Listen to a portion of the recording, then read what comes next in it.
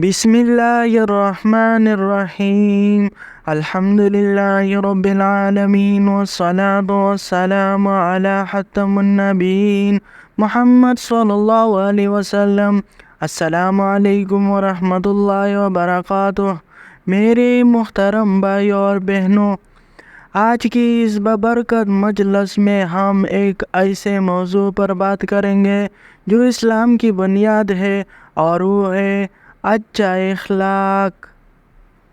حدیث مبارک نبی صلی اللہ علیہ وسلم نے فرمایا، انما بعثت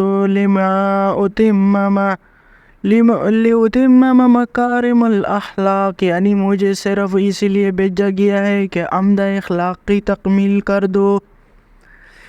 اس ایک حدیث سے ہمیں معلوم ہوتا ہے کہ رسول اللہ صلی اللہ علیہ وسلم کی پوری تعلیم کا خلاصہ خلوق حسنہ ہے۔ میرے عزیزو، آج انسان ہر قسم کی عبادت کرتا ہے، نماز بھی پڑھتا ہے، روزہ بھی رکھتا ہے، مگر اخلاق کے معاملے میں کمزوری نظر آتی ہے۔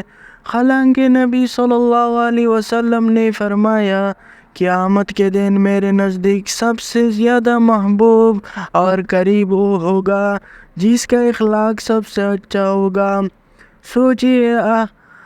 سوچئے اچھا اخلاق صرف عبادت نہیں بلکہ یہ وہ عملی عمل ہے جو آپ کے عمل نامہ کو سب سے زیادہ وزندار بنا دیتا ہے۔ اخلاق کی چند عملی مثالیں۔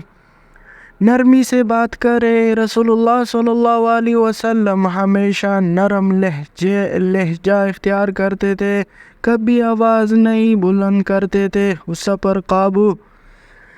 رسول اللہ صلی اللہ علیہ وسلم نے فرمایا، طاقتور وہ نہیں جو کسی کو گرا دے، بلکہ طاقتور وہ ہے جو غصے کے وقت پر خود کو قابو رکھے۔ ماں باپ کے ساتھ حسن سلوک ان کی رضا اللہ کی رضا ہے۔ اب صلی اللہ علیہ وسلم نے فرمایا، جب تک آدمی اپنے پڑوسی کو تکلیف سے محفوظ نہ رکھے وہ مومن نہیں ہو سکتا۔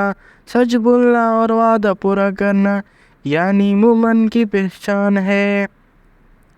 دلوں میں محبت پیدا ہوتی ہے، گھر میں سکون آتا ہے، رزق میں اضافہ ہوتا ہے، دشمن دوست بن جاتا ہے، دعا قبول ہوتی ہے، اللہ کا نصیب ہوتا ہے۔